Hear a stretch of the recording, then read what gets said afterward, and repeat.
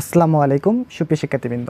আজকের ক্লাসে আমরা পদার্থবিজ্ঞানের একটি গুরুত্বপূর্ণ অনুধাবনমূলক প্রশ্ন শিখব। তো প্রশ্নটা হলো সরল দোলকের গতি স্পন্দন গতি কেন ব্যাখ্যা করো। তো এটা ব্যাখ্যা করার আগে আমাদের স্পন্দন গতি কী সেটা জানতে হবে। স্পন্দন গতি কী? দেখো এখানে লেখা আছে পর্যায়বৃত্ত গতি সম্পন্ন, মানে স্পন্দন গতিটা হবে এক ধরনের পর্যায়বৃত্ত গতি।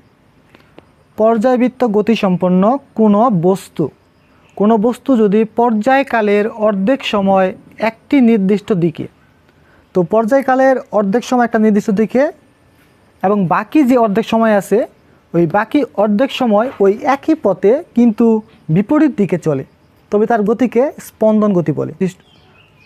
তো এখন আমরা সরল দোলকে দেখি এই স্পন্দন গতির বৈশিষ্ট্য বা সংজ্ঞাকে সমর্থন করে কিনা। দেখো এটা একটা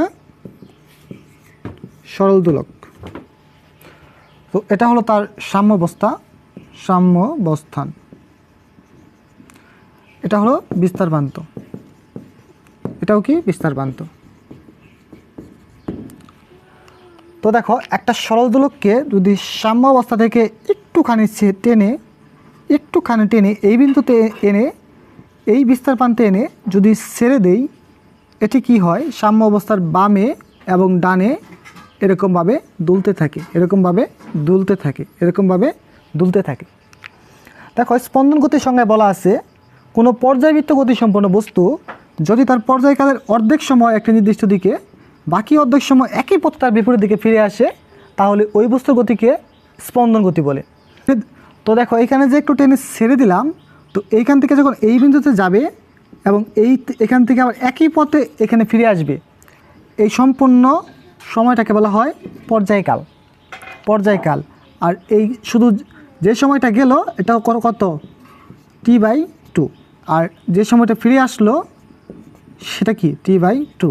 তাহলে দেখো কোনো পর্যায়বৃত্ত গতিসম্পন্ন বস্তু এই যে পর্যায়কালের অর্ধেক সময় T/2 অর্ধেক সময় একটা নির্দিষ্ট দিকে, আর বাকি অর্ধেক সময় এই T/2 বাকি অর্ধেক সময় একই পথ কিন্তু একই, কিন্তু দিকটা কি তার বিপরীত দিকে ফিরে আসে, তাহলে কি সরল দোলকের গতি স্পন্দন গতি, কারণ এটি স্পন্দন গতির সংজ্ঞা ও বৈশিষ্ট্যকে সমর্থন করে। তো আশা করি তোমরা এখন বিষয়টা বুঝতে পেরেছো। তো পরীক্ষা খাতায় কীভাবে লিখবে সেটা আমি বলে দেবো এখন। তো পরীক্ষার খাতায় লিখবে প্রথমে স্পন্দন গতি সংখ্যা।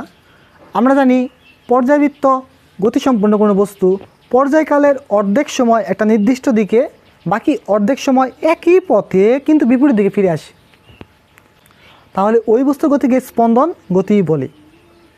এখন একটি সরল দোলককে সাম্য অবস্থান থেকে একটুখানি টেনে ছেড়ে দিলে এটি কি হয়, এটি তার সাম্য অবস্থান থেকে ডানে বামে এরকম দুলতে থাকে, যা স্পন্দন গতির বৈশিষ্ট্যকে বা সংজ্ঞাকে সম্পূর্ণরূপে সমর্থন করে বা মেনে চলে। তাই সরল দোলকের গতি স্পন্দন গতি। সম্পূর্ণ ভিডিও দেখার জন্য অসংখ্য ধন্যবাদ। আসসালামু আলাইকুম।